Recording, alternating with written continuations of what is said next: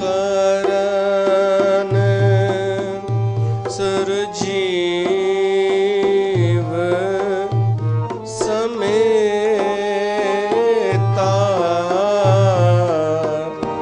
विषय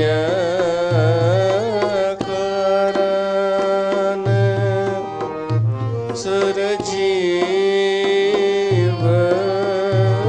समेता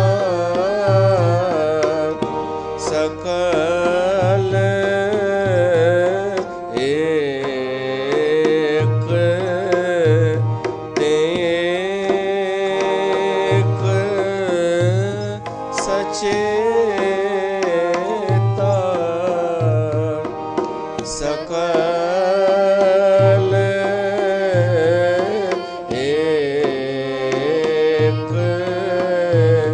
तेक सचेता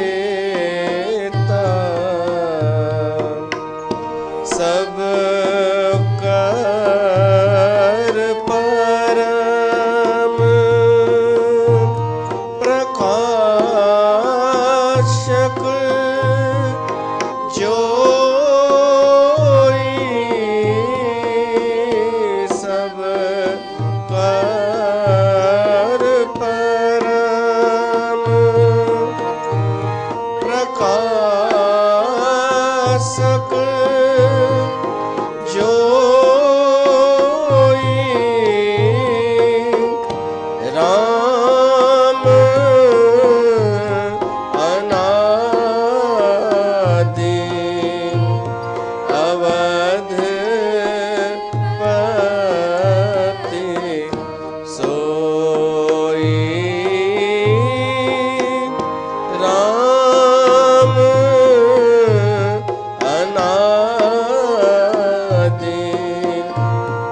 अवध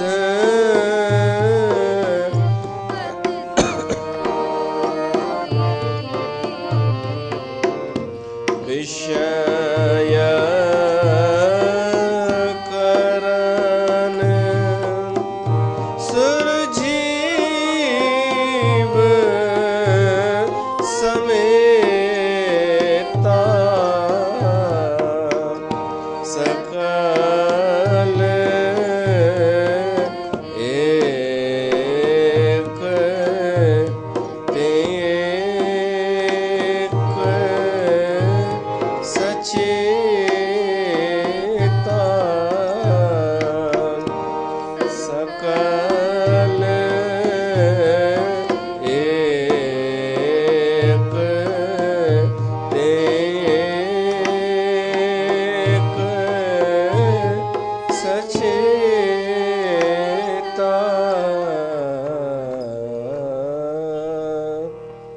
बोल सियावर रामचंद्र भगवान की जय।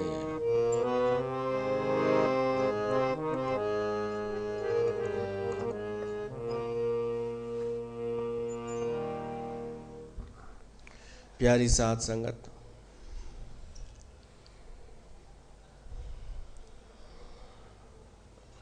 एक दफ़ो वरी गॾु थिया आहियूं हिन सत्संग में। तव्हां सभिनीनि जो स्वागत आहे।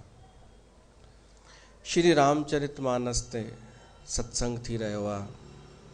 भगवान शिव ऐं माता पार्वतीअ जो ही संवाद। पार्वतीअ प्रश्न पुछिया आहिनि परमात्मा जे बारे में, निर्गुण साकार।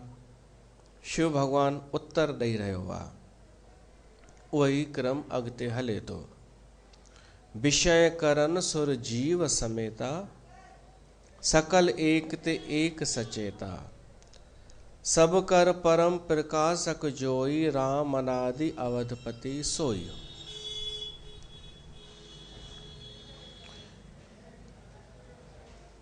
विषय भगवान जी महिमा, राम जी महिमा ॿुधाईंदे भूमिका भगवान शिव कीअं थो ठाहे। विषय सम्झंदा आहियो न, रूप, रस, स्पर्श, शब्द, गंध। ऐं इंद्रियूं बि सम्झंदा आहियो, अखियूं, कन, नक, ज़बान, त्वचा, ये इंद्रियूं आहिनि। जेके विषय आहिनि सुख भोग, इंद्रियुनि जे माध्यम सां ई असां भोगींदा आहियूं, उन्हनि जो वठंदा आहियूं रस। पर हिकिड़ा इंद्रियुनि जा स्वामी बि थींदा आहिनि, देवता। उहे अगरि सक्रिय न हुजनि त विषय ऐं इंद्रिय हूंदे बि रस कोन ईंदो। इहो असां भगवत गीता में ॿुधी चुका आहियूं। खाइण जी शइ मौजूदु आहे,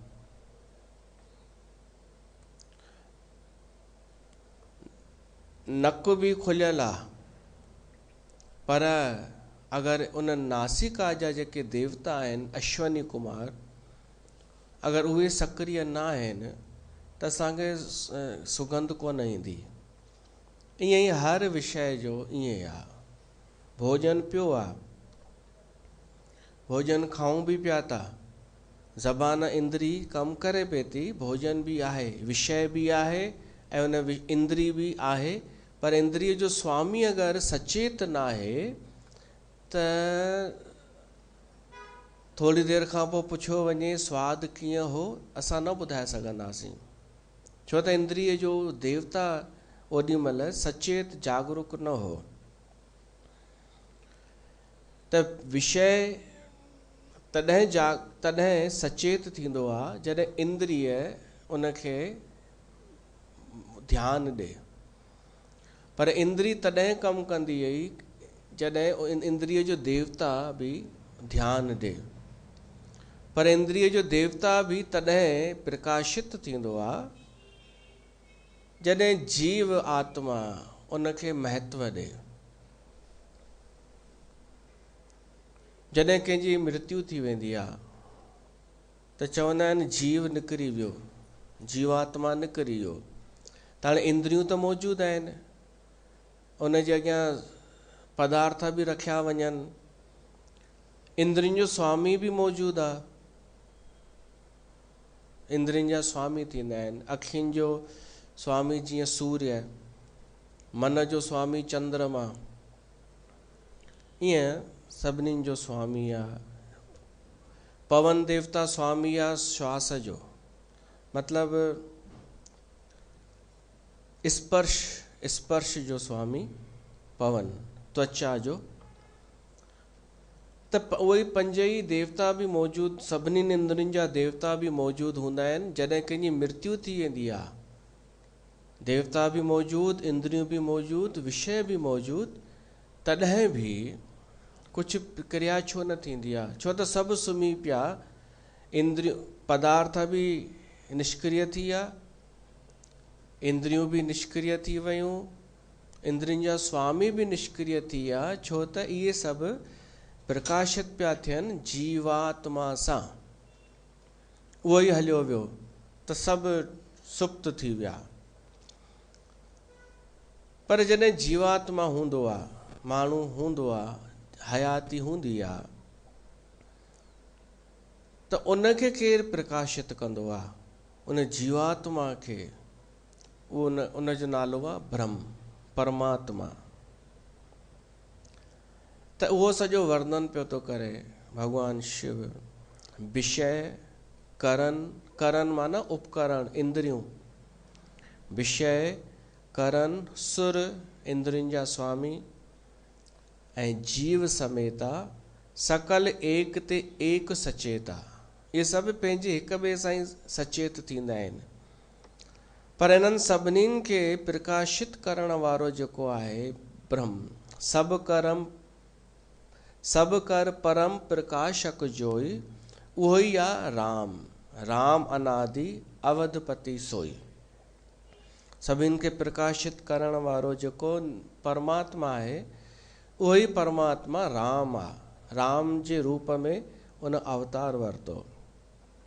जगत प्रकाश्य प्रकाशक रामू। जहिड़ीअ तरह अंधेरो हुजे, अंधेरे कमरे में का शइ ॾिसण न अचे, पोइ असां लाइट ॿारियूं, पोइ सभु नज़र ईंदो। इन जो मतिलबु लाइट जेका आहे उनखे चइबो प्रकाशक, जंहिंजे प्रकाश सां सभु शयूं प्रकाश में अची वियूं, नज़र रोशनीअ में अची वियूं। त लाइट थी वई प्रकाशक, ऐं जेके शयूं नज़र अचनि थियूं से प्रकाशित नज़र अचनि थियूं। ऐं जेको वरी ॾिसण वारो आहे उहो बि सम्झो ॾिसण वारो। अगरि लाइट न हुजे त शयूं ॾिसण न अचनि, लाइट बंदि थी वञे त शयूं बि ॾिसण बंदि थी वञनि। त अहिड़ीअ तरह गोस्वामी तुलसीदास चए थो कि सॼो जगत जेको नज़र अचे थो न, इहो उन भॻवान जे प्रकाश सां ई थो नज़र अचे। उहो न हुजे त जगत बि नज़र न अचे। असांखे अनुभव में थो अचे ही जगत, सुख दुख, हानि लाभ, जस अपजस, इहे नज़र अचनि था, अनुभव में अचनि था। तॾहिं था अचनि छो त हिन ते प्रकाश पियो थो पए उन परमात्मा जो। उन परमात्मा जे प्रकाश सां ई जगत प्रकाशक राम, भगवान प्रकाशक आहे हिन परमात्मा जो। मायाधीश गुण धामो, वो परमात्मा मायाधीश माना माया जो भी स्वामी आहे।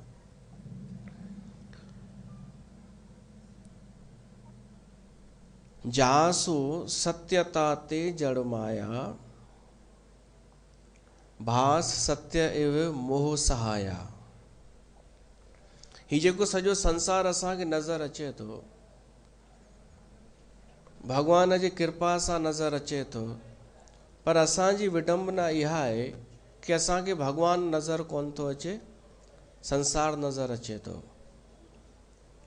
ऐं पोइ वरी इहो थो थी वञे कि संसार सत्य थो लॻे ऐं परमात्मा असत्य थो लॻे, कि आहे ई कोन उहो। इहो इन करे थो थिए माया जे करे। जासु सत्यता ते जड़ माया, भास सत्य इव मोह सहाया। ही सॼो संसार सत्य न आहे, असत्य ई आहे। पर असांखे सत्य छो लॻंदो आहे? छो त असां ॿुधोसीं उन परम सत्य परमात्मा जी जो प्रकाश हिन ते पए पियो थो, उहो प्रकाश पवण जे करे हिकु सत्य भास महसूस थो थिए। सत्य आहे कोन, पर हिन संसार में कुझु अगरि सुठो लॻे थो त उहो उन जे ई करे, परमात्मा जे ई करे सुठो आहे। पर बाक़ी जगत त असत्य आहे, मिथ्या आहे। मतिलबु ओड़ो कान्हे जहिड़ो असां सम्झी वेठा आहियूं। पर अगरि सुठो लॻे थो, रहण लाइक़ु लॻे थो, त इन करे कि परमात्मा जो प्रकाश हिन ते पइजी रहियो आहे। सत्य आहे परमात्मा ऐं संसार आहे त सही, पर जड़, इन में का चेतना कान्हे, का जान कान्हे। परमात्मा चैतन्य आहे ऐं वण पेड़ पौधा इहे सभु जड़ आहिनि। पर असांखे संसार त हू लॻंदो आहे चेतन। ईअं लॻंदो आहे न संसार हली रहियो आहे, संसार डुकी रहियो आहे, संसार कमु करे रहियो आहे, अॼु ही फैशन हली रहियो आहे, सभु हीअं करे रहिया आहिनि। त इहो लॻे ईअं थो ॼण चलायमान आहे संसार। इहो भ्रम माया पैदा कंदी आहे। त माया छो पैदा करे वठंदी आहे? असां हेॾा होशियार समझदार असां छो न सम्झी सघंदा आहियूं इंसान? उन जो कारण तुलसीदास चए थो कि माया केवल उन ते ई पंहिंजो असरु करे सघंदी जंहिं में मोह भरियल हूंदो। जेको माण्हू मोह सां भरियल हूंदो उन ते माया झटि असरु करे ऐं कुझु जो कुझु ॾेखारींदी उनखे। मोह न हुजे त माया असरु करे ई न सघे। मोह मतलब अविवेक, अज्ञान, मूढ़ता, ऐं हू बि मोह जेको थींदो आहे ममता। जिते मोह आहे उते ई भ्रम आहे, उते ई पोइ माण्हू कुझु जो कुझु ॾिसंदो आहे संसार खे, जेको सत्य न आहे हिनखे उहो बि नज़र अची वेंदो आहे जेको आहे ई कोन। भास सत्य इव मोह सहाया, मोह जी सहायता सां माया जेका आहे मोह जी पहिरीं मोह खे मोकिलींदी आहे कि वञी करे हिनखे पहिरीं भ्रमित कर, पोइ मुंहिंजो कमु आसान थी वेंदो। पोइ मोह जे करे माया अची करे माण्हूअ खे पंहिंजे चकर में फासाईंदी आहे। पोइ माण्हूअ खे ही संसार कुझु जो कुझु नज़र ईंदो आहे, परमात्मा लॻंदो आहे कि आहे ई कान, ऐं संसार लॻंदो आहे ऐं इहो ई आहे, ॿियो कुझु बि इन अलावा सत्य कान्हे। ऐं परमात्मा त ईअं ई आहे बि कोन, इहा ई माया आहे।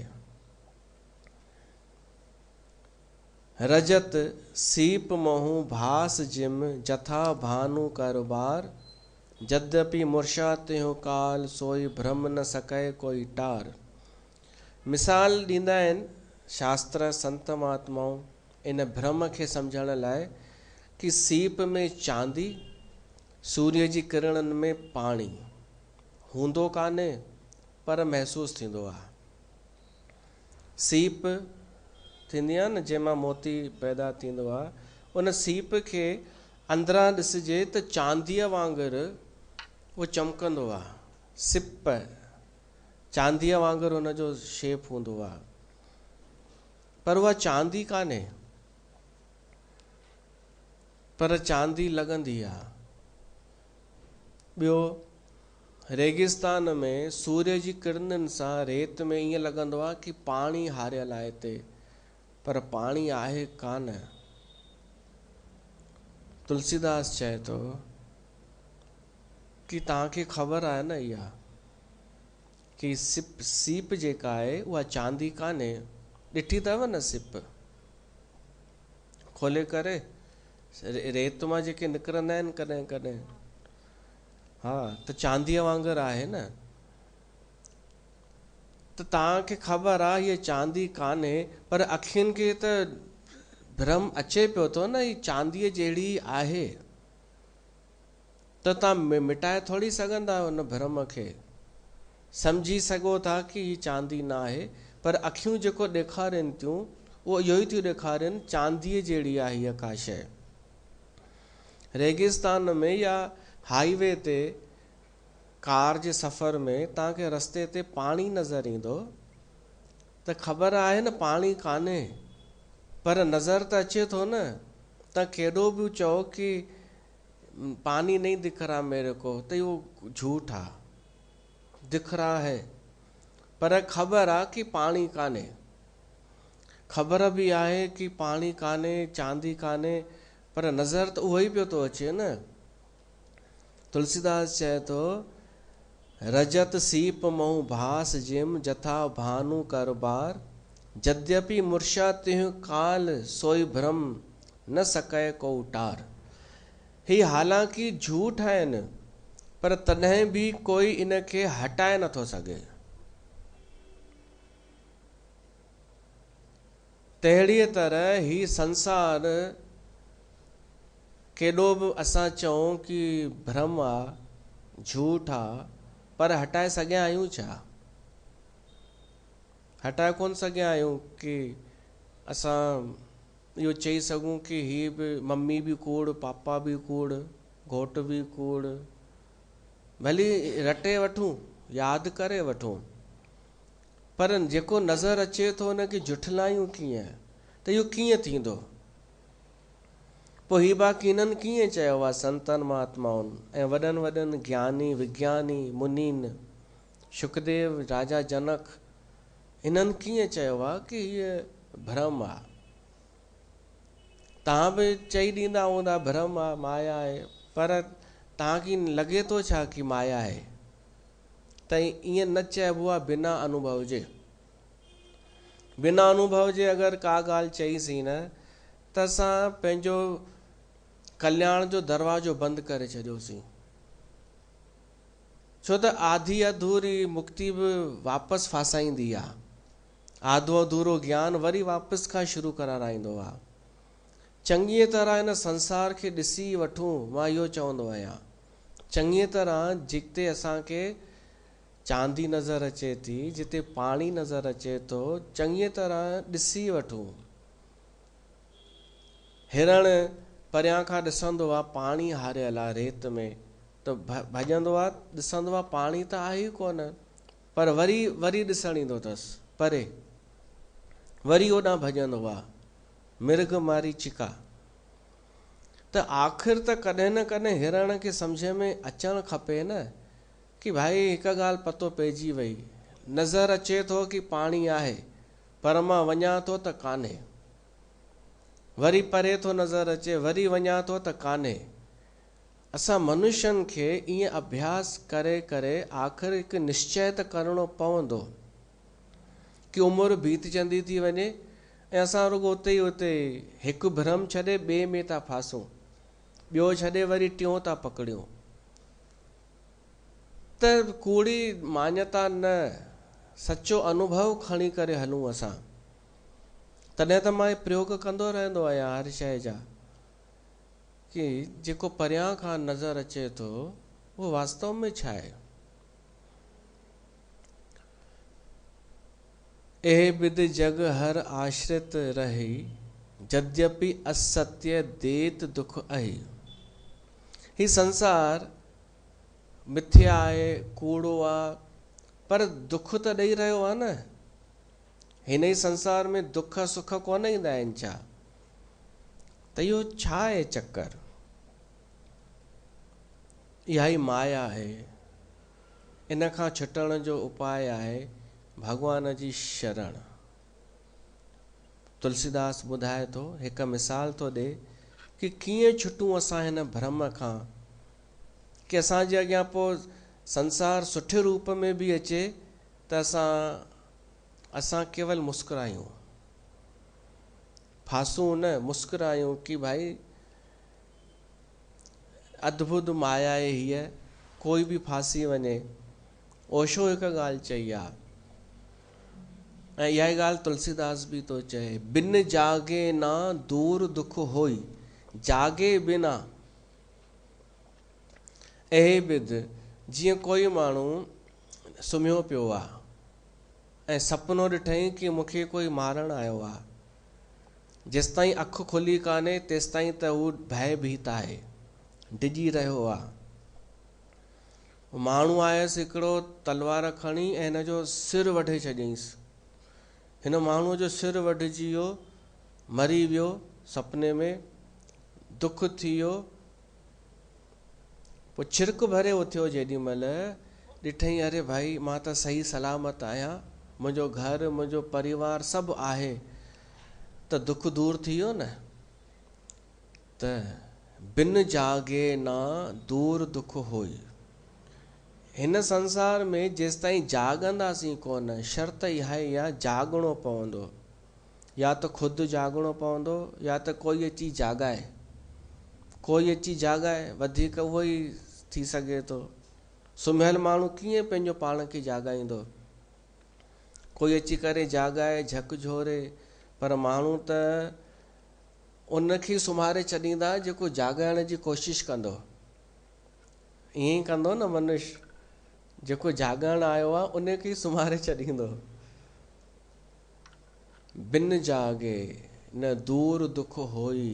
जागण जो अर्थ आहे होश, होश में जीअण, वर्तमान में जीअण, ध्यान सां जीअण। असां छा था कयूं, छा था ॻाल्हायूं? ख़ुदि जागंदासीं न तॾहिं ख़बर पवंदी कि ॿिया माण्हू कीअं में पिया था हलनि, कीअं सॼो संसार। ओशो इहो चयो आहे, जंहिं ॾींहुं तव्हां जागी वेंदा न, जागणो पंहिंजे ई लाइ ई आहे। असांजे जागण सां कोई संसार कोन जागी वेंदो। इहो ओशो जहिड़े महापुरुष चयो आहे। असां जागी वञूं काफ़ी आहे। संसार कोन जाॻंदो असांजे जाॻण सां, पर हिकु अद्भुत घटना थींदी, असांजे जीवन में हिकु रोमांच अची वेंदो। असां माण्हुनि खे सुम्हियल ॾिसंदासीं कि माण्हू कीअं निंड में पियो थो हले, कीअं निंड में व्यवहार पियो थो करे, निंड में सुखी पियो थो थिए, निंड में दुखी पियो थो थिए, निंड में रोए पियो थो, निंड में खिले पियो थो। असां इहो ॾिसंदासीं छो त जागी वियासीं। जागे बिन जागे न दूर दुख होई यादि रखिजो। तव्हां भली निर्मल बाबा खे पकड़ियो, भली तव्हां कंहिं बि हुनखे पकड़ियो, दुख दूर थींदो ई कोन। दुख दूर थींदो केवल जागण सां। जागण में ई सुख आहे ऐं सुम्हण में ई दुख आहे, मूर्छा में ई दुख आहे। हैरानीअ जी ॻाल्हि आहे, ओशो चयो आहे कि माण्हू आहे स्वरूप सां परम स्वतंत्र। असां सभु स्वरूप सां, असली पंहिंजी पहचान सां असां स्वतंत्र आहियूं, पर असां क़ैद थी वियासीं।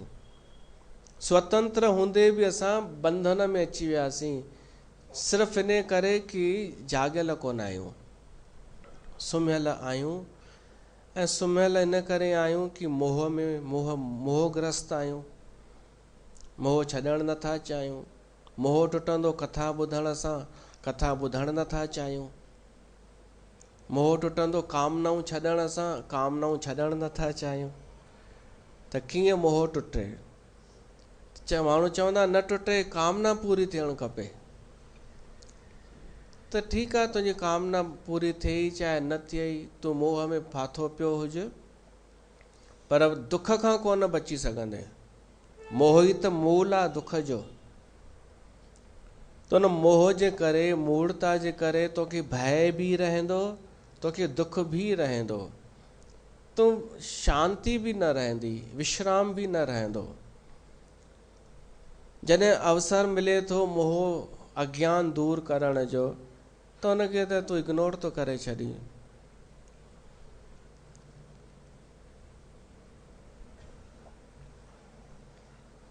जल्दी जल्दी हलूं त मोह दूर थींदो जागण सां। बिन जागे ना दूर दुख होई। ॿियो तरीक़ो आहे, जासु कृपा अस भ्रम मिट जाई, गिरजा सोई कृपाल रघुराई। अगरि भगवान कृपा करे त असांजो मोह मिटी सघे थो। इहो थिए।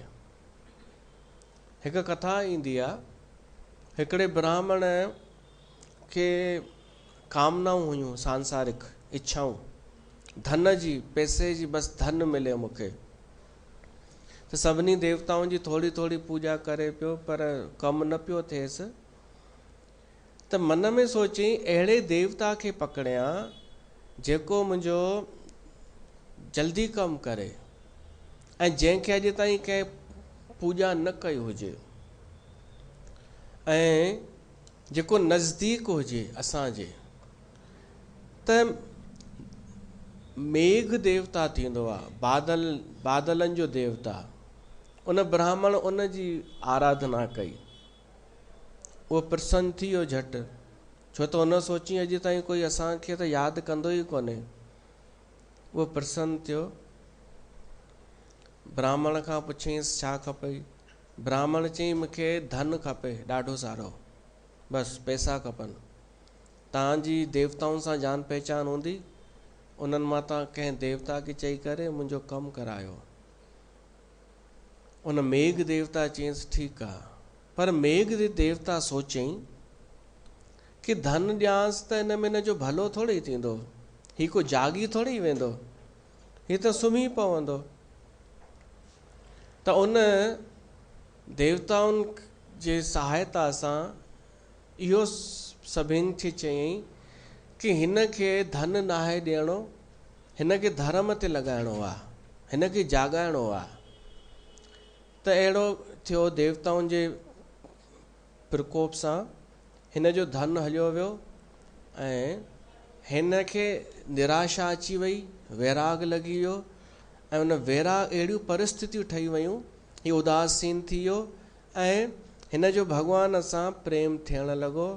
पोइ हाणे भॻवान जे प्रेम खां पोइ जॾहिं हिन खे सुख सुविधाऊं अचण लॻियूं त उन में फाथो कोन, उन सुख सुविधा जो सदुपयोग करणु लॻो ऐं हिन खे मुक्ति मिली वई, कल्याण थी वियो।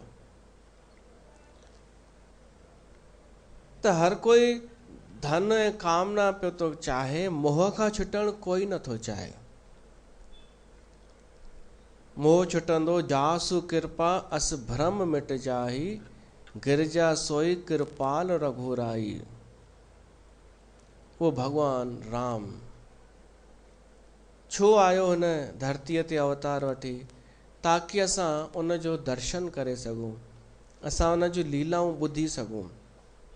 कथा ॿुधण सां बि मोह दूर थींदो आहे, सभिनि जो दूर थियो आहे। गरुड़, सती, पार्वती,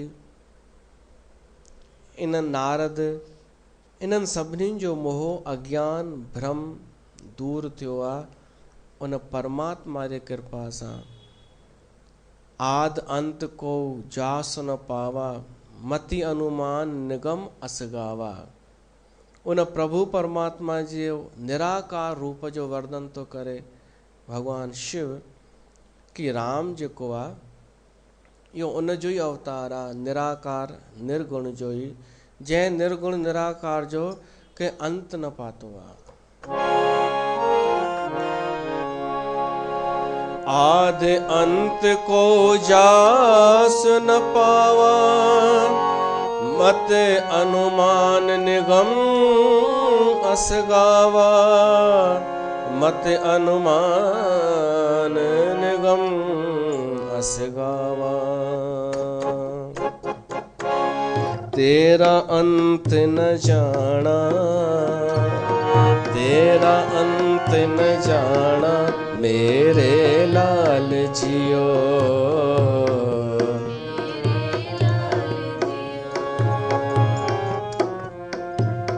तेरा अंत न जाना, तेरा अंत न जाना, मेरे लाल जियो।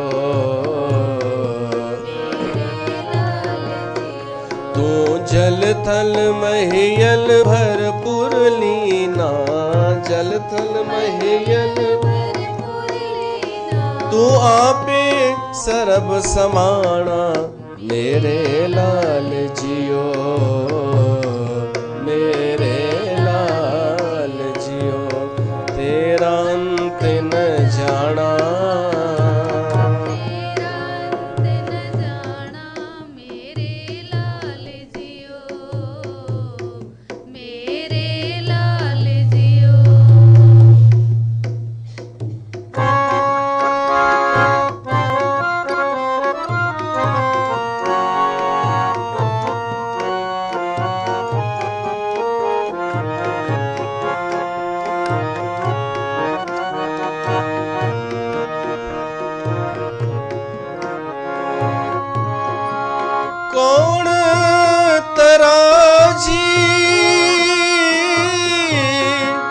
कवन तुला, कवन तेरा कवन सराफ बुलावा। कौन गुरु के पह दीखिया लेवा, के पह मूल करावा। तेरा अंत न जाना, तेरा अंत न जाना, मेरे लाल जियो,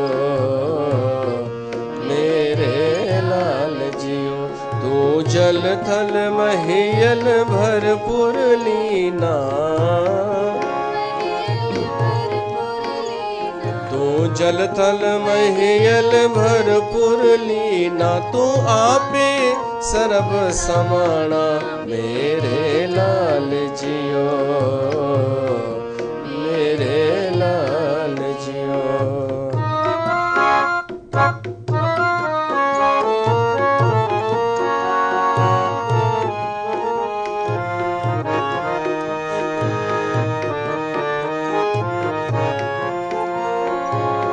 मन तारा जी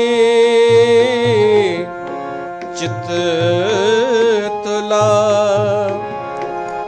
तेरी सेव सराफ कमावा घट ही भीतर सो सहो तोली इन विध चित रहावा आपे कुंडा तोल तराजी आपे तोलन हारा आपे देखे आप बुझे आपे है बणजारा तेरा अंत न जाना मेरे लाल जियो मेरे लाल जियो।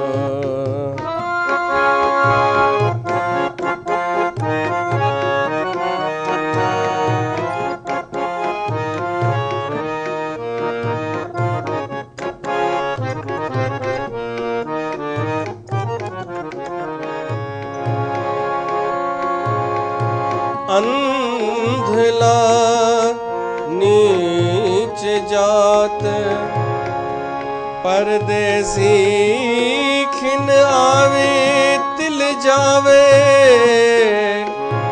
ताकि संगत नानक रहंदा किव कर मोड़ा पावे तेरा अंत न जाना मेरे लाल जियो मेरे लाल जियो तू जल थल महियल भरपूर लीना तू आपे सरब समाना मेरे लाल जियो मेरे लाल जियो। रामचरितमानस में भी अचे तो आद अंत को जास न पावा जंहिंजो अंत कोई न पाए सघियो। असां मनुष्य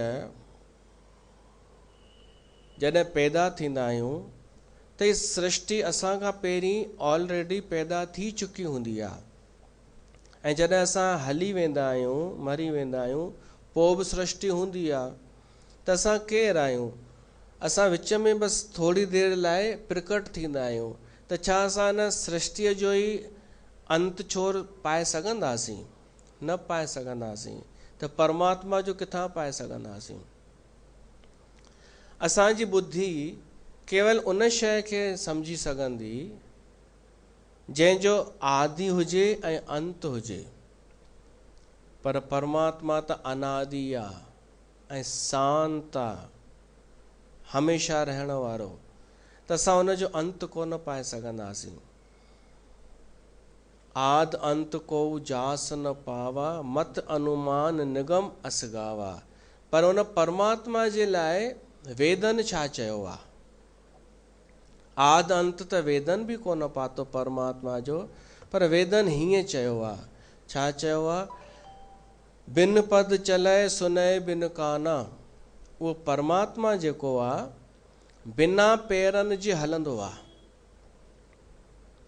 ॿुधण में अटपटो लॻंदो पहली थी लॻे कि उहो केरु आहे जेको हलंदो आहे पर पेर कोन अथसि ॿुधंदो आहे पर कन कोन अथसि हथ कोन अथसि पर कर्म कंदो आहे अनेक प्रकारनि जा कर बिन कर्म करे विधि नाना आनन रहित सकल रस भोगी उन वटि मुंहुं बि कान्हे जवान बि कान्हे पर छह ई रसनि जो आनंद वठंदो आहे। बिन बानी वक्ता बड़ जोगी बिना वाणीअ जे हिकु सुंदर वक्ता आहे उहो केरु परमात्मा त असांजी ॿुद्धीअ में इहा ईंदी कोन पहली सम्झ में ई कोन ईंदी कीअं थो थी सघे छो त असांजो ज्ञान ॾाढो थोरो आहे। असां सोचींदा आहियूं कि ॾिसण जे लाइ अखियूं हुजणु ज़रूरी आहिनि पर परमात्मा जे लाइ इहो नियम लागू कान्हे। हू बिना अखियुनि जे बि ॾिसी वठंदो आहे, बिना कननि जे ॿुधी वठंदो आहे। तन बिन परस नैन बिन देखा, हू बिना त्वचा जे बि स्पर्श करे वठंदो आहे। हू बिना अखियुनि जे ॾिसी वठंदो आहे, बिना नक जे सूंघे वठंदो आहे। ऐं हर हंधि सॼे सृष्टिअ में इन करे ई त किथे बि भॻवान खे भोग लॻायो वेंदो आहे, हू ग्रहण करे वठंदो आहे, बिना नक जे, बिना हथनि जे, बिना अखियुनि जे। त बिन पद चलय सुनय बिन काना, कर बिन करम करय विधि नाना। आनन रहित सकल रस भोगी, बिन बानी बक्ता बड़ जोगी। तन बिन परस नयन बिन देखा, ग्रही घ्राण बिन बास अशेषा। अस सब भांति अलौकिक करनी, महिमा जास जाय नहीं बरनी। उन जी महिमा वर्णन नथी करे सघिजे। उन परमात्मा जी महिमा अलौकिक आहे। जेहि इम गावहि वेद बुध, जाहि धरई मुनि ध्यान। सोई दशरथ सुत भगत हित, कौशलपति भगवान, कौशलपति भगवान। भगवान शिव चए थो उहो ई निर्गुण निराकार ब्रह्म राम ई आहे। कौशलपति माना अवध नरेश, अयोध्या खे कौशल बि चइबो आहे। उहो कौशल देश त ख़बर अथव कहिड़ो हो, जंहिंखे नागपुर चइबो आहे अॼुकल्ह। नागपुर जो पुराणो नालो कौशल। उतां जो राजा जेको हो उहो कौशल्या जो पीउ हो। पोइ जॾहिं कौशल्या जी शादी कंहिंसां थी? दशरथ सां। उन सां थी। उन राजा खे कोई पुटु कोन हो, त सॼो राज दशरथ खे ॾेई छॾियईं। दशरथ अयोध्या सां ई उनखे मिलाए छॾियो, उन कौशल देश खे। त अयोध्या बि कौशल चवारणु लॻी। हू उत्तर पासो ही दक्षिण पासो। त राम जे लाइ अखर आयो आहे कौशलपति, कौशल नरेश। छो त पोइ त राम ई राजा थियो न अयोध्या जो। उहो ई भॻवान आहे कौशलपति। भॻवान शिव चए थो काशीअ में कोई मरंदो आहे त उनखे मुक्ति मिलंदी आहे, छो त मां उनखे कन में राम चवंदो आहियां। उहो ई प्रभु मुंहिंजो राम आहे, जंहिंजे नाम जी एॾी महिमा आहे। अगर कोई विवश थी करे बिबिसऊं जास नाम नर कहीं, कोई ईअं बि राम चए, राम राम, त उन जा बि पाप नाश थी वेंदा आहिनि। ईअं ई बि कोई ॾाढा त संत राम राम विच में बि चवाराईंदा आहिनि, सत्संग जे विच में। करण मूंखां पुछे पियो इहो छो चवंदा आहिनि विच विच में? हिकु संत ईअं करे पियो सिंधीअ में सत्संग कथा, त पहिरीं खां जीअं हिकु लाइन चए त सभु उन में जुड़ी वञनि उन लाइन में अॻिते ॿुधण लाइ, पर हू हिकदमि चए राम, त लिंक टुटी पई वञे। त करण चई लिंक तोड़ीनि था त मतिलबु छो था चवनि ई न इन खां सुठो। त मां चयोमांसि हीउ पंहिंजो बचाव था कनि। या त जिते भुलिजी वेंदा आहिनि न उते चवंदा आहिनि चओ राम, तव्हां न चओ। या त जिते ॾिसनि कि असां हेॾो ॻाल्हाए वरितो आहे, हाणे कोई बुरो न मञे, चिल्लाए करे पियो ॻाल्हाए उहो संत, विड़ी करे चिल्लाए। जाॻाइण जा तरीक़ा आहिनि इहे भाई, त हुन अन्यथा न खणिजो। हर संत जी शैली पंहिंजी पंहिंजी थींदी आहे। मूंखे बि पोइ ख़बर पई इहे सभु जाॻाइण जा इन्हनि जे हिसाब सां इहे तरीक़ा आहिनि जाॻाइण जा। कोई चिल्लाए करे जाॻाईंदो आहे, दड़का ॾेई करे, बेइज़त करे, उनखे लॻंदो आहे भाई मां जाॻाए रहियो आहियां, चिल्लाए चिल्लाए करे। कोई प्यार सां जाॻाईंदो आहे, कोई हर कंहिंजो तरीक़ो आहे जाॻाइण जो। तरुण मुनि, तरुण सागर, उहो चिल्लाए करे ॻाल्हाईंदो हो त कंहिं हुनखे चयो एॾो चिल्लाए करे छो था ॻाल्हायो क्रोध में? चई मां जॾहिं धीरे ॻाल्हाईंदो हुअमि न कोई ॿुधंदो ई कोन हो, पोइ मूंखे लॻो चिल्लाइणो पवंदो, झक झोरणो पवंदो हिननि खे। पोइ ॾिठो अथव कीअं चिल्लाए करे आपो खोए छॾींदो आहे, वरी शांत। चई इहे मुंहिंजा तरीक़ा आहिनि जाॻाइण जा। त उहो संत बि चिल्लाए चिल्लाए करे जाॻाइण जो करे पियो। त विच में राम, मां चयोमांसि करन इन करे तो विच में राम चए कि माण्हूअ खे बुरो न लॻे, माण्हूअ खे ईअं न लॻे कि हिकिड़ो ईअं सामान्य माण्हू पियो थो ॻाल्हाए, ईअं न लॻणु खपे कि कोई टपोरी पियो थो ॻाल्हाए। जीअं ॾिसंदा आहिनि कुझु ज्यादा ई ॻाल्हाए छॾियो आहे त हाणे राम खे विच में आण, राम मूंखे बचाए वठंदो। ऐं सच में ईअं थींदो आहे, हिकदमि माण्हू शांत थी वेंदा आहिनि। कोई बि संत कुझु बि चई करे चिल्लाए करे ऐं रुगो चए राम, त माण्हू उनखे माफ़ करे छॾींदो आहे, हा न। माण्हू चवंदो राम अची वियो माना हे संत आहे। त राम नाले में केॾी ताक़त आहे, राम अखर में। बिबसऊं जास नाम नर कहीं, कोई विवश थी करे बि नाम जपे न, तब जन्म अनेक रचित अग दहीं। पंहिंजे देश में अॻे जय श्री राम चवणु वॾो अपराध हूंदो हो विच में, ऐं हाणे त चङो भलो जय श्री राम पियो थो चए। कोई तिलक पियो थो लॻाए, कोई ॿिए जेके कॾहिं मञींदा ई कोन हुआ राम खे, नेता नेता वॾा, उन्हनि खे राम जो सहारो वठिणो पए थो। इहो त आहे, राम नाम आहे। सादर सुमरन जे नर करहीं, भव बारिद गोपद इव तरहीं। मजबूरीअ में राम जपनि, मजबूरीअ में पंहिंजे बचाव लाइ राम जपनि, उन्हनि जो बि फ़ाइदो थिए थो। त अगरि कोई सिक सां भाव सां जपे, अगरि श्रद्धा सां राम सां प्रेम करे जपे, त उहो भवसागर खे ईअं पार कंदो। भवसागर हूअं ॾाढो वॾो सागर आहे, पर उन जे लाइ भवसागर हेतिरो सो हिकु बसि खॾो थी वेंदो, गांइ जे खुर जेतिरो। गांइ जे खुर जे ज़मीन में पवण सां जेतिरो खॾो थिए, उहो जल सां भरिजे, उन लाइ ओतिरो थी वेंदो। उहो त केॾो सरल आहे पार करणु। भवसागर उन जे लाइ नंढो थी वेंदो। भव बारिद गोपद इव तरहीं, कंहिंजे लाइ जेको श्रद्धा सां राम जपे। श्री राम जय राम, जय जय राम। श्री राम जय राम, जय जय राम। श्री राम जय राम, श्री राम जय राम, जय जय राम। श्री राम जय राम।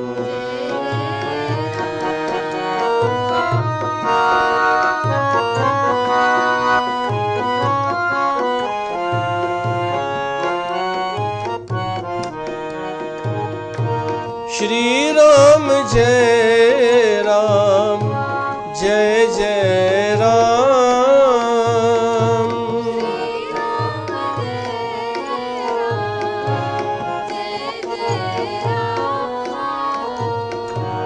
श्री राम जय राम, जय जय राम।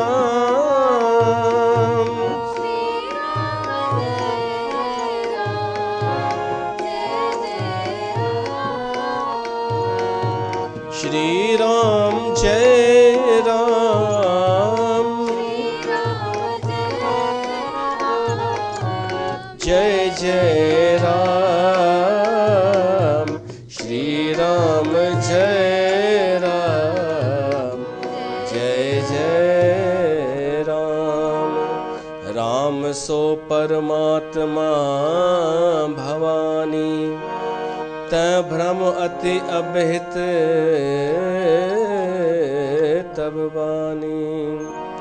अस संशय आनत उर माही ज्ञान विज्ञान सकल गुण जाही। सो हे पार्वती, राम परमात्मा है, उन जे बारे में तू कोई संसो भ्रम न पाल। कोई माण्हू केतिरो बि ज्ञानी हुजे, विज्ञानी हुजे, होशियारु हुजे, पर जीअं ई उन जे मन में संशय आयो न भॻवान जे बारे में, उन जो हू सभु नाश थी वेंदो। ज्ञान वैराग ऐं सभई गुण उन जा हलिया वेंदा। जेको भॻवान में संशय कंदो कि भॻवानु आहे या कान्हे, उन जा ज्ञान विज्ञान सभु डिस्टर्ब थी वेंदा। इन करे असां श्रद्धा रखी करे, विश्वास रखी रामचरितमानस ते भरोसो कयूं कि हिन में जेको लिखियलु आहे असांजे लाइ उहो सर्वोपरि आहे,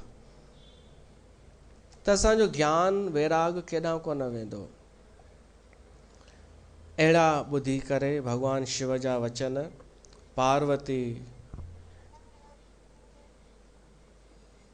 पार्वतीअ जो भ्रम नाश थियो। सुन शिव के भ्रम भंजन बचना, मिट गए सब को तर्क कह रचना। सब को तर्क मिटी विया। को तर्क माना ख़राब तर्क। हिकु वॾे मां वॾो को तर्क ॿुधायां मां तव्हां मायुनि जो, बसि हिकु ई थो ॿुधायां। को तर्क ख़राब तर्क जेको हर किथे यूज़ कंदियूं आहिनि, उहो इहो को तर्क कंहिंखे का ॻाल्हि सम्झाए सत्संग मां ई, ऐं माई चए कि ईअं आहे त पोइ हीअं छो चवंदा आहिनि, पोइ माण्हू हीअं छो चवंदा आहिनि, इहो को तर्क आहे। अरे तोखे जाॻणो अथई, सम्झणो अथई त ख़ुदि विश्लेषण कर न। तो इहो छो बार बार कि पोइ हीअं छो चवंदा आहिनि, अरे हीअं चवंदा आहिनि छो त ग़लति ई चवंदा आहिनि। जेको माण्हू इहा ॻाल्हि चए न, तव्हां बि अगरि चवंदा हुजो त इहो चवणु अज्ञानता जी निशानी अथव। त माना तव्हांखे पंहिंजो अकुलु कोन्हे, माना तव्हांखे पंहिंजो अॼु ताईं कोई विश्लेषण कयल कान्हे। त अॼु ताईं रुगो ॿियनि जे हिसाब सां पिया था हलो, बचपन खां वठी करे जवानीअ ताईं। जवानी चवंदमि, ॿुढा थोरी थिया आहियो अञा, है न। बचपन खां वठी जवानीअ ताईं तव्हां केवल माण्हुनि जो ई रुख ॾिठो आहे, है न, उनखे सही सम्झो आहे। पोइ उन जे विपरीत का ॻाल्हि ॿुधण में अचे त हिकु ई ॻाल्हि फिटी कंदा आहियो, पोइ हीअं छो चवंदा आहिनि, पोइ माण्हू हीअं छो चवंदा आहिनि। त इहो ॾाढो वॾो ख़राबु तर्क आहे। तव्हांखे लॻंदो कि तव्हां ऊचो तर्क ॾेई रहिया आहियो ॾाढो। इहो तर्क ॾियण वारा इहो ई सम्झंदा आहिनि न कि मां भीड़ जो ॿुधाए करे हिकु मज़बूत तर्क थी ॾियां जो सभु चुप थी वेंदा, पर इहो बेहूदो तर्क आहे। इन सां तव्हांजी कायरता कमज़ोरी नज़र ईंदी। अरे भाई तूं छा थी चई, तूं त ॿुधाए। तूं फिटी थी करी माण्हुनि जे मथां कि पोइ हीअं छो चयो वेंदो आहे, पोइ माण्हू हीअं छो चवंदा आहिनि, पोइ हेॾी भीड़ पागल हूंदी छा। इहे सभु ख़राबु तर्क आहिनि, इहो कुतर्क। अहिड़नि कुतर्कनि खां बचो, पंहिंजे हुन ते ॻाल्हायो, पंहिंजी ज़िमेदारीअ ते। त अॼु खां वठी इहो छॾे ॾिजो कि माण्हू हीअं पोइ छो चवंदा आहिनि, फिर ऐसा क्यों, क्योंकि उहो हले ई पियो थो। मूर्छा त सदियुनि खां पई थी हले, मूढ़ता उहा अॻिते बि हलंदी रहंदी। पार्वतीअ जा इहे कुतर्क सभु नष्ट थी विया। जेको थोरो घणो तर्क पई करे, पोइ हीअं छो, पोइ ब्रह्म को मनुष्य थींदो आहे छा कॾहिं। पर हथ जोड़े करे शिव खे चए थी, हे प्रभु तव्हांजी वाणी ॿुधी करे, एॾी सुंदर शीतल वाणी ॿुधी मुंहिंजो अज्ञान नाश थी वियो आहे, मुंहिंजो संशय बि ख़तमु थी वियो आहे, ऐं मां भॻवानु राम जो यथार्थ महत्व सम्झी वियसि। पर मुंहिंजो अञा बि प्रश्न आहे, छो त मां स्वभाव सां स्त्री आहियां। यद्यपि सहज जड़ नारी अयानी, भई मां स्वभाव सां ई मूर्ख आहियां। पार्वती थी चए पंहिंजी कमज़ोरी स्वीकार करणु खपे, लीपा पोती न कि हाँ हाँ ये तो मुझे पता है। इनखे चइबो आहे लीपा पोती, पंहिंजी कमज़ोरीअ खे, मूर्खता खे ढकण जी कोशिश कि हाँ हाँ ये भी पता है मेरे को, ये सब पता है। न, जिते लॻे कि मुंहिंजी कमज़ोरी आहे, मूंखे अञा सम्झ में नथो अचे, मुंहिंजी रुचि इन में आहे ई कान, त उहो स्वीकार करणु खपे, कूड़ न ॻाल्हाइणु खपे। पार्वती चए थी यद्यपि सहज जड़ नारी अयानी, कि मां जेका आहियां स्त्री आहियां त सहज जड़ आहियां, अयाणी आहियां, ना समझ आहियां, पर तॾहिं बि तव्हांजी दासी आहियां।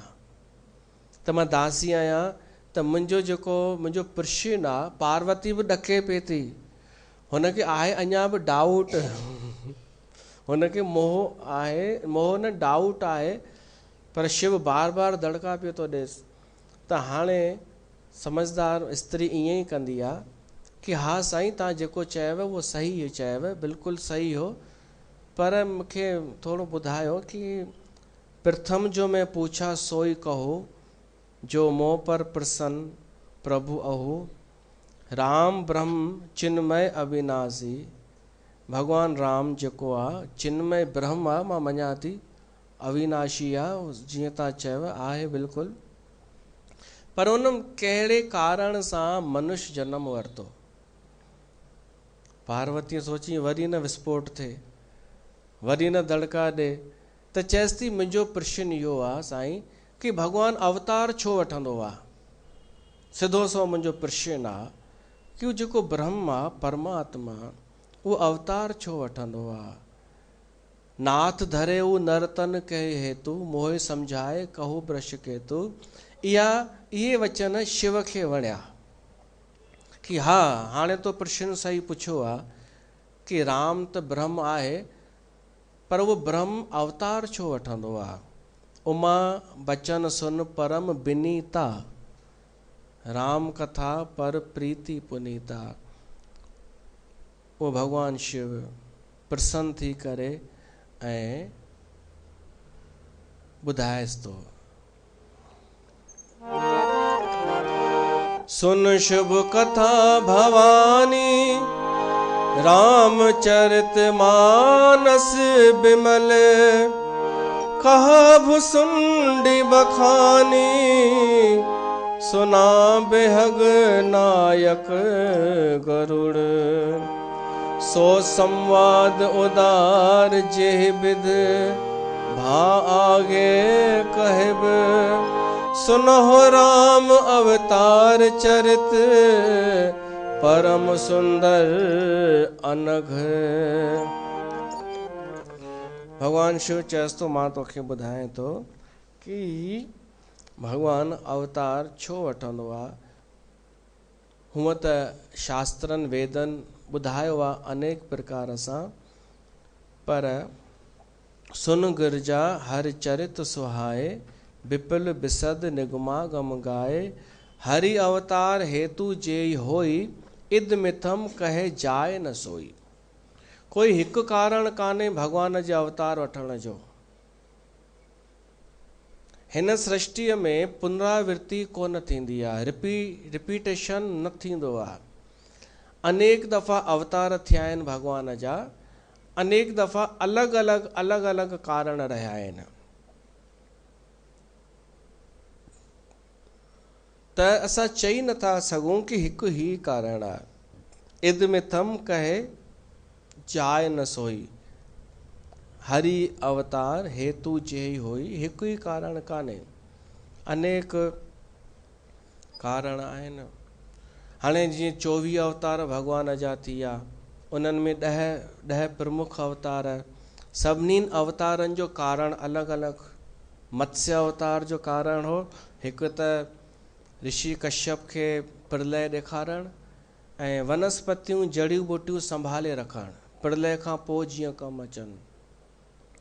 हिरणाकश्यप नरसिंह भगवान जे अवतार वठण जो कारण प्रहलाद जी रक्षा ऐं हिरणाकश्यप जो संहार। अॼु होली आहे न, तव्हांखे होलीअ जूं सुभाणे होली आहे, अॼु होलिका दहन आहे। प्रहलाद ऐं हिरणाकश्यप ऐं नरसिंह भॻवान जी कथा जो संबंध अॼोके ॾींहं सां आहे। उन होलीअ जूं तव्हांखे लख लख वाधायूं। हिकु भॼन ॻायूं ख़ुशीअ जो। हूअं पाण पहिरीं होली बि मनाई आहे दरबार में, पर हींअर मूड कोन हो, छो त कथा पे थी हले, कथा जो क्रम आहे।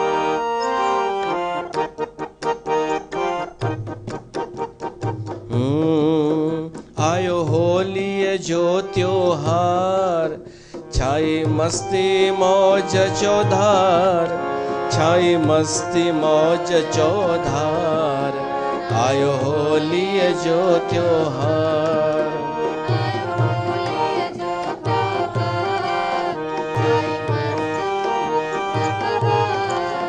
छाई मस्ती मौज चौधार, आयो होलीअ जो त्योहार।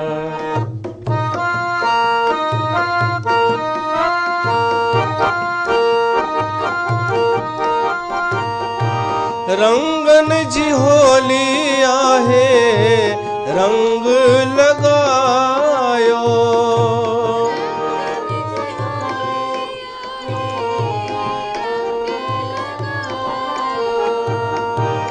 कृष्ण जे रंग में रंग जी अंग अंग भिजायो, कृष्ण जी रंग में रंग जी अंग अंग भिजायो, आयो होलीअ जो त्योहार, छाई मस्ती मौज चौधार,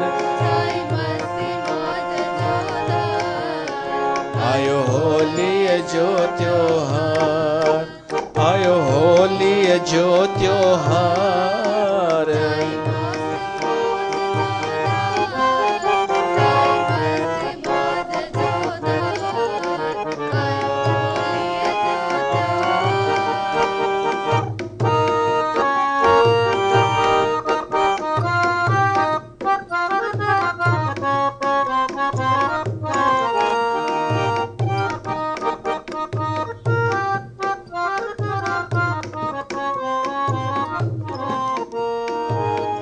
हणो रंग गाढ़ो, हणो रंग पीलो, रास रचाए मुंहिंजो कृष्ण रंगीलो, हणो रंग गाढ़ो,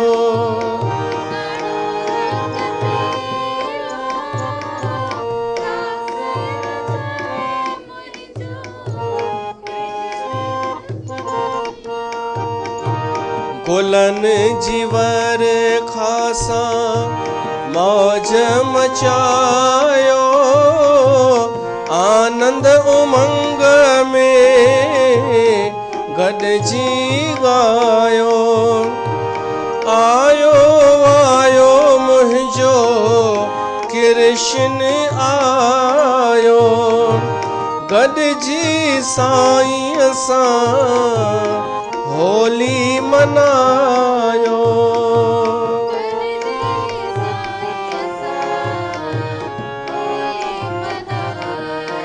आयो होलीअ जो त्योहार, छाई मस्ती मौज चौधार, छाई मस्ती मौज चौधार।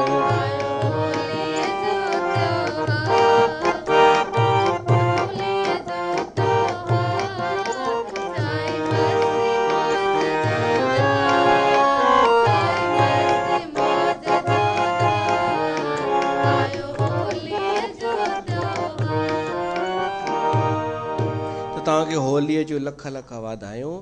वाधायूं इन करे कि हिकु त सत्य जी जीत थी हुई, भगत जी जीत थी हुई, ऐं अधर्मीन दुष्टनि कूड़नि ऐं पंहिंजो पाण खे भॻवानु सॾाइण वारनि जी ऐसी तैसी थी हुई।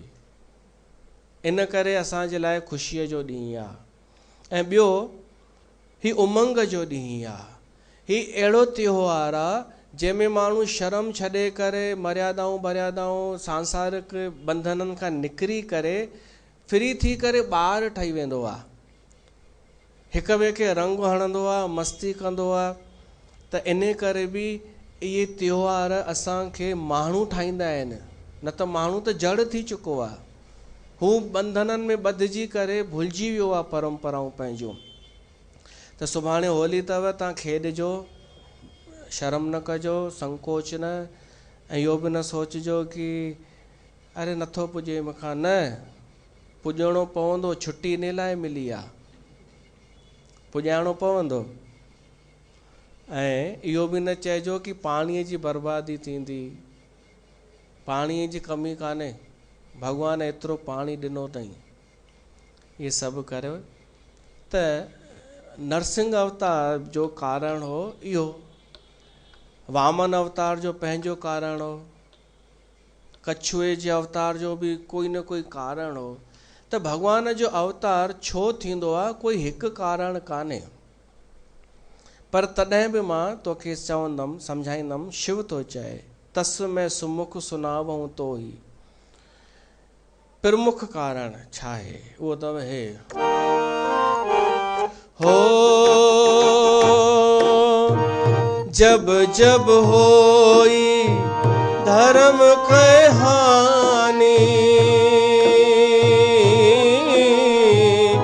बाढ़े असुर अधम अभिमानी। राम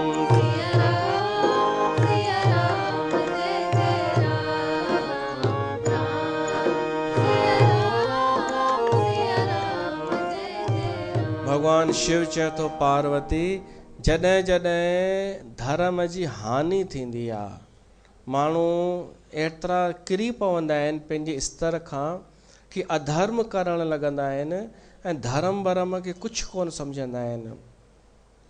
बाढ़े असुर अधम अभिमानी, अभिमानी जॾहिं वधी वेंदा आहिनि, असुरी प्रवृत्ति वधी वेंदी आहे। करे अनीति जाए नहीं बरनी, माण्हू अहिड़ियूं अहिड़ियूं अनीति कंदा आहिनि जो वर्णन न थी सघनि। तॾहिं भॻवानु अवतार वठंदो आहे। तब तब प्रभु धर विविध शरीरा, ऐं अवतार वठी करे कंहिंजी रक्षा कंदो आहे। धेनु विप्र धेनु सुर धरनी, ब्राह्मणनि जी, संतनि जी, गांइ जी ऐं धरतीअ जी हू रक्षा कंदो आहे। विविध शरीर आहे, कंहिं बि कोई बि शरीर धारण करे सघे थो। ऐं हरे कृपा निधि सज्जन पीड़ा, सुठनि माण्हुनि जी पीड़ा हरे छॾींदो आहे भॻवानु। इन करे असां भॻवान खे न छॾियूं, धर्म खे न छॾियूं, नीतिअ खे न छॾियूं। छो त आख़िरीअ में थियणो इहो ई आहे कि धर्म जी जय थियणी आहे, नीतिअ जी जय थियणी आहे, सत्य जी जय थियणी आहे। अगरि असां हींअर स्वार्थ में अची करे अभिमानी थी वेंदासीं, आसुरी प्रवृत्ति रखंदासीं, नास्तिक थी वेंदासीं, धर्म छॾे ॾींदासीं, त इहो यादि रखिजो, असां पंहिंजो नालो हुन लिस्ट में लिखाईंदासीं जिन खे मारण लाइ भॻवानु अवतार वठंदो आहे। त असां हुन लिस्ट में नालो न लिखायूं, अधम अभिमानी। ऐं अञा बि आहे, अॻिते ईंदो कि जेको संतनि खां बि सेवा कराराए, अहिड़ियूं अहिड़ियूं थी वञनि परिस्थितियूं। त पोइ भॻवानु असुर मार थापै सुरहन राखई, निज श्रुति सेतु जग विस्तारहि बिसद जस, राम जनम कर हेतु। भॻवानु असुरनि खे मारे करे देवताउनि खे स्थापित कंदो आहे, वेदनि जी रक्षा कंदो आहे, मर्यादा जी रक्षा कंदो आहे, ऐं पाण अवतार वठी करे पंहिंजो निर्मल यश फैलाईंदो आहे। त अहिड़े प्रभु परमात्मा जे कथा मां तोखे ॿुधाईंदोमांइ कि भॻवानु राम जे जनम जो कारण छा हो। हिकु कारण कोन हो, राम जनम के हेतु अनेका, परम विचित्र एक ते एका। अनेक कारण आहिनि राम जे जनम जा, पर मां तोखे कुझु ॿुधाईंदोमांइ। सभु विचित्र ई कारण आहिनि, पर मां तोखे ॿुधाईंदोमांइ उहे कारण। असां बि ॿुधंदासीं उहे कहिड़ा कारण निमित थिया जंहिंजे करे भॻवानु राम खे अवतार वठिणो पियो। पर असां कॾहिं परीहं ॿुधंदासीं। बोल सियावर रामचंद्र भगवान की जय।